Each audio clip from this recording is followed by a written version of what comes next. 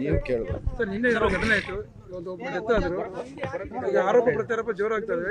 ನಿಮ್ ಕಡೆ ಗನ್ಮೇನ್ ಅವ್ರು ಮಾಡಿರ್ತಕ್ಕಂಥ ಇದರಿಂದನೇ ಅವ್ರು ಡೆತ್ ಆಗಿದೆ ಅಂತ ಒಂದು ಆರೋಪ ಮಾಡಿದ್ರು ಸರ್. ನೋಡ್ರಿ, ಸ್ವಲ್ಪ ಹೊತ್ತು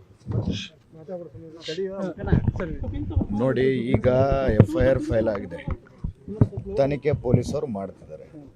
ನಾನು ಜಾಸ್ತಿ ಮಾತಾಡಿ ಕೇಸ್ನೆಲ್ಲೋ ಡೈವರ್ಟ್ ಮಾಡೋದು, ನಾಳೆ ಈಗ ನನ್ನ ಹುಡುಗ ಇವತ್ತು ತೀರ್ಕೊಂಡೋಗಿದ್ದಾನೆ, ನಾವೆಲ್ಲ ಭಾಳ ದುಃಖದಲ್ಲಿದ್ದೀವಿ. ನಮ್ಮದು ಮುಖ್ಯವಾಗಿ ನಾಳೆ ಕಾರ್ಯಕ್ರಮ ನಮ್ಮ ವಾಲ್ಮೀಕಿ ಅಜ್ಜವ್ರ ಕಾರ್ಯಕ್ರಮವನ್ನು ಕೆಡಿಸ್ಬೇಕಂತೇಳಿ ಇವ್ರು ಏನು ನಿನ್ನೆ ಪ್ರಯತ್ನ ಮಾಡಿದ್ರು ಅದನ್ನು ಸಕ್ಸಸ್ ಮಾಡ್ಬೇಕನ್ನೋದು ನಮ್ಮ ಮೂಲ ಉದ್ದೇಶ. ಆ ಉದ್ದೇಶದ ಪ್ರಕಾರ ನಾನು ಇವತ್ತು ಏನು ಯಾರ ಬಗ್ಗೆ ಕೂಡ ಏನು ಮಾತಾಡೋಕ್ಕೆ ಹೋಗಲ್ಲ. ಯಾಕಂದರೆ ಅವ್ರದ್ದೆಲ್ಲ ಮೈಂಡ್ ಸೆಟ್ ಯಾವ ಥರ, ಅವ್ರ ಕ್ಯಾರೆಕ್ಟರ್ ಯಾವ ಥರ ಅಂತೇಳಿ ನಿಮಗೆಲ್ಲ ಗೊತ್ತಿದೆ, ಇಡೀ ರಾಜ್ಯದ ಜನತೆಗೆ ಗೊತ್ತಿದೆ. ನಾನೇನು ಹೊಸದಾಗಿ ಹೇಳೋಂಥ ಅವಶ್ಯಕತೆ ಇಲ್ಲ. ನಾನು ಬಳ್ಳಾರಿ ಜನತೆಗೆ, ನಮ್ಮ ಜಿಲ್ಲೆಯ ಜನತೆಗೆ, ಇಡೀ ರಾಜ್ಯದ ಜನತೆಗೆ ಒಂದು ಹೇಳಕ್ಕೆ ಇಚ್ಛೆ ಪಡ್ತೀನಿ ನಿಮ್ಮ ಮೂಲಕ. ಬಳ್ಳಾರಿ ಯಾರೇ ರಾಕ್ಷಸರು ಎಷ್ಟೇ ಅಟ್ಟಹಾಸ ಹಾಕಿದ್ರು ಬಳ್ಳಾರಿ ಶಾಂತಿಯುತವಾಗಿದೆ, ಇರೋಂಗೆ ನಾವು ಯಾವತ್ತೂ ಮಾಡ್ತೀವಿ. ನಾಳೆ ನಮ್ಮ ಅಜ್ಜನ ಕಾರ್ಯಕ್ರಮ, ವಾಲ್ಮೀಕಿ ಅಜ್ಜನ ಕಾರ್ಯಕ್ರಮ ಭಾಳ ಅದ್ಧೂರಿಯಾಗಿ ಮಾಡ್ತಿದ್ದೀವಿ. ದಯಮಾಡಿ ಈ ದುಃಖದಲ್ಲಿ ಕೂಡ ನಾವು ಯಾಕೆ ಮಾಡ್ತಿದ್ದೀವಿ ಅಂತಂದರೆ, ಅಂಥ ಮಹಾನ್ ವ್ಯಕ್ತಿಯ ಕಾರ್ಯಕ್ರಮವನ್ನು ನಾವೊಂದು ಮಾಡಬೇಕಂತೇಳಿ ತೀರ್ಮಾನ ಮಾಡಿದಾಗ ಎಲ್ಲರೂ ನಮ್ಮವ್ರು ಕೂಡ ಇಲ್ಲ, ಅಜ್ಜನ ಕಾರ್ಯಕ್ರಮನ ಅವರು ಕೆಡಿಸ್ಬೇಕಂತಲೇ, ಅಜ್ಜನ ಕಾರ್ಯಕ್ರಮ ಕೆಡಿಸ್ಬೇಕಂತಲೇ ಇಷ್ಟೆಲ್ಲ ಮಾಡಿರೋದು. ನಾವು ಅಜ್ಜನ ಕಾರ್ಯಕ್ರಮವನ್ನು ನಿಂದಿರಿಸ್ಬಾರ್ದು. ಅಜ್ಜನ ಕಾರ್ಯಕ್ರಮವನ್ನು ನಿಂದಿರಿಸಿದ್ರೆ ಆ ತೀರ್ಕೊಂಡೋದಂಥ ಹುಡುಗನಿಗೆ ಆತ್ಮಕ್ಕೂ ಶಾಂತಿ ಸಿಗಲ್ಲ. ಅವೆಲ್ಲ ಮಾಡ್ಬೇಕಂತೇಳಿ ಅವರೆಲ್ಲ ನಮ್ಮವರು, ನಮ್ಮ ಸ್ನೇಹಿತರು, ಆಂಜನೇಯ ಅಣ್ಣವರು, ಮುಂಡ್ರಿಂಗ್ ನಾಗರಾಜ್ ಅವರು, ಲೋಕೇಶ್ ಅವರು ಎಲ್ಲರೂ ನಮ್ಮೆಲ್ಲ ಹಿತೈಷಿಗಳು ಹೇಳಿದ್ದಾರೆ. ಅದಕ್ಕೋಸ್ಕರ ಆ ಕಾರ್ಯಕ್ರಮ ನಮ್ಮ ಉದ್ದೇಶ, ಆ ಹುಡುಗನ ಆತ್ಮಕ್ಕೆ ಶಾಂತಿ ಸಿಗಬೇಕಂದ್ರೆ ನಾಳೆ ನಮ್ಮ ಅಜ್ಜನ ಕಾರ್ಯಕ್ರಮ ದೊಡ್ಡ ಮಟ್ಟದಲ್ಲಿ ಯಶಸ್ವಿಯನ್ನು ಮಾಡಿ, ಏನು ಈ ದುರುದ್ದೇಶ ಇಟ್ಕೊಂಡು ಮಾಡಿದಂಥ ಈ ರಾಕ್ಷಸರಿದ್ದಾರೋ ಅವರಿಗೆ ಅದ್ರ ಮೂಲಕನೇ ಉತ್ತರ ಕೊಡ್ಬೇಕು ಅನ್ಕೊಂಡು. ಈ ಘಟನೆ ಅವ್ರು ಹೇಳ್ತಕ್ಕಂಥದ್ದು ನೀವು ಉದ್ದೇಶಪೂರ್ವಕವಾಗಿ ಮಾಡಿದ್ರಂತ, ನೀವು ಅವ್ರ ಮೇಲೆ ಇದನ್ನ ಉದ್ದೇಶಪೂರ್ವಕವಾಗಿ ಮಾಡಿದ್ರೆ ಏನು ಸರ್? ನೋಡಿ, ಅವ್ರ ಜೀವನದಲ್ಲಿ ಯಾವತ್ತೂ ನಿಜ ಹೇಳಿದವ್ರಲ್ಲ. ಅವನು ಜೀವನಮಾನದಲ್ಲಿ ಇಂಥ ಕೆಲಸಗಳೇ ಮಾಡ್ಕೊಂಡು ಬಂದವನು. ಅವನಿಗೆ ಹೇಳಿದ್ದಕ್ಕೆಲ್ಲ ನಾನು ಆನ್ಸರ್ ಕೊಡ್ಕೊಂತ ಹೋಗೋಕ್ಕಾಗಲ್ಲ. ನಾನು ಇನ್ನೊಂದು ನಿಮ್ಮನ್ನ ರಿಕ್ವೆಸ್ಟ್ ಮಾಡ್ತೀನಿ. ನಿನ್ನೆಯಿಂದ ನಾನು ಮೀಡಿಯಾದಲ್ಲಿ ನೋಡ್ತಿದ್ದೆ, ಜನಾರ್ದನ್ ಮೇಲೆ ಹಲ್ಲೆ, ಜನಾರ್ದನ್ ಮನೆ ಮುಂದೆ ಬ್ಯಾನರು. ಯಾರೂ ಅವನ ಮನೆ ಮುಂದೆ ಬ್ಯಾನರ್ ಹಾಕಿಲ್ಲ. ಅವನು ನೀಚ. ರೋಡಲ್ಲಿರೋ ಅಂಥ ಬ್ಯಾನರ್ ನನ್ನ ಮನೆ ಮುಂದೆ ಇದೆ ಅಂತೇಳಿ ಅವನೇ ಕ್ರಿಯೇಟ್ ಮಾಡಿಕೊಂಡು, ಒಂದು ಮಾಜಿ ಮಂತ್ರಿ ಆದಂಥವನು, ಶಾಸಕ ಇದ್ದಂಥವನು, ಅವನೇ ರೋಡಿಗೆ ಬಂದು ಇಂಥ ಕಾರ್ಯ ಮಾಡ್ತಾನಂತಂದರೆ ಉದ್ದೇಶ ಭರತ್ ರೆಡ್ಡಿದೇನೋ? ಭರತ್ ರೆಡ್ಡಿ ಊರಲ್ಲಿ ಇರಲಿಲ್ಲ. ಉದ್ದೇಶ ಭರತ್ ರೆಡ್ಡಿದೇನೋ, ಆ ನೀಚಂದಿದೇನೋ ಅಂತೇಳಿ ನೀವು ತಿಳ್ಕೊಬೇಕು.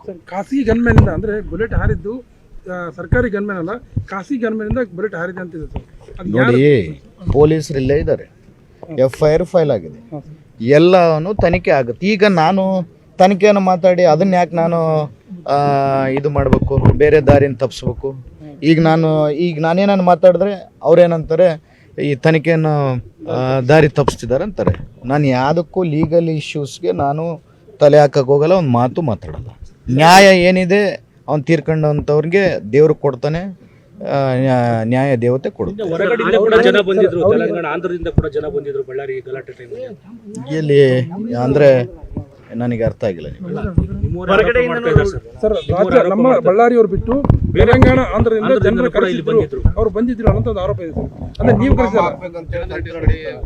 ಪೆಟ್ರೋಲ್ ಬಂಕ್ ಹಾಕ್ಬೇಕಂತ ನೋಡಿ, ಯಾವನೋ ಬೇರೆ ಊರಿಂದ ಬಂದು ನಮ್ಮ ಬಳ್ಳಾರಿನೇನು ಭಯ ಬೀಳ್ಸೋಕ್ಕೆ ಸಾಧ್ಯ ಇಲ್ಲ. ನಮ್ಮವರು ಧೈರ್ಯಸ್ಥರಿದ್ದಾರೆ, ಯಾರು ಎಂಥವ್ರು ಬಂದರೂ ಎದುರಿಸ್ಕೊಳ್ಳೋ ಶಕ್ತಿ ಇದೆ.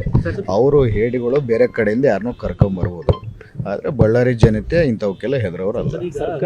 ಅಮಾಯಕ ಕಾರ್ಯಕರ್ತ ಸಾವನ್ನಪ್ಪಿದೆ ಸರ್ ಈ ಘರ್ಷಣೆಯಲ್ಲಿ. ಅಮಾಯಕರ ಏನು ನ್ಯಾಯ ಸಿಗಬೇಕು ಸರ್? ನೋಡಿ, ನಾನು ಲೀಗಲ್ ಇಶ್ಯೂ ಬಗ್ಗೆ ನಾನು ಜಾಸ್ತಿ ಮಾತಾಡೋಕ್ಕೆ ಹೋಗಲ್ಲ. FIR ಫೈಲ್ ಆಗಿದೆ, 3 FIR ಫೈಲ್ ಆಗಿದೆ.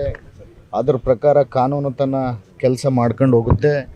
ಏನು ಇವನು ರಾಕ್ಷಸ ಈ 10-20 ವರ್ಷದಿಂದ ಮಾಡ್ಕೊಂಡು ಬರ್ತಿದ್ನಲ್ಲ, ಅದಕ್ಕೆ ಅಂತ ಮಾಡೇ ಮಾಡ್ತೀವಿ. ಅವನದು ಈ ಮೇಜರ್ ಇಶ್ಯೂ ಏನು, ಈ ಮೈನಿಂಗ್ ಇಶ್ಯೂ ಏನಿತ್ತಲ್ಲ, ಈ ಮೈನಿಂಗ್ ಇಶ್ಯೂ ಜನವರಿಯಲ್ಲಿ ನಮ್ಮ ಗಡಿಭಾಗ ಒತ್ತುವರಿ ಆಗಿದೆ ಅಂತೇಳಿ ಮೊನ್ನೆ ರಿಪೋರ್ಟ್ ಎಲ್ಲ ಬಂದು ಸುಪ್ರೀಂ ಕೋರ್ಟ್ಗೆ ಸಬ್ಮಿಟ್ ಆದಂಥ ರಿಪೋರ್ಟು ಡೈವರ್ಟ್ ಆಗಬೇಕು, ಮೀಡಿಯಾದಲ್ಲಿ ಅದು ಬರಬಾರ್ದು ಅಂತೇಳಿ ದುರುದ್ದೇಶದಿಂದ ಅದ್ರ ಜೊತೆಗೆ ಈ ವಾಲ್ಮೀಕಿ ಅಜ್ಜನ ಕಾರ್ಯಕ್ರಮ ನಡಿಬಾರ್ದು ಅಂತೇಳಿ ದುರುದ್ದೇಶ ಇಟ್ಕೊಂಡು ಮಾಡಿದ್ದಾನೆ. ಅವನಿಗೆ ಶಿಕ್ಷೆ ಆಗೋದು ನಿಜ, ವಾಲ್ಮೀಕಿ ಅಜ್ಜನ ಕಾರ್ಯಕ್ರಮ ಆಗೋದು ನಿಜ.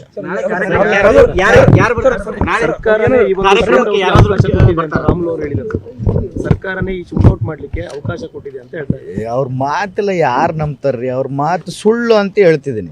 ಮತ್ತೆ ರಾಮುಲು ಈ ತರ ಕೇಳಿದಾನೆ, ಜನಾರ್ದನ್ ರೆಡ್ಡಿ ಸುಳ್ಳು ಅಂತ ಹೇಳಿ ಇಡೀ ಬಳ್ಳಾರಿ ಜಿಲ್ಲೆನೇ ಅವ್ರನ್ನ ಸುಳ್ಳು ಅಂದಮೇಲೆ ಮತ್ತೆ ಅವರು ಈ ತರ ರಾಮುಲು ಹೇಳಿದಾನೆ. ಅವ್ರು ಸುಳ್ಳು ಹೇಳೋದ್ ಬಿಟ್ಟು ಏನ್ ಮಾಡಿದ್ದಾರೆ?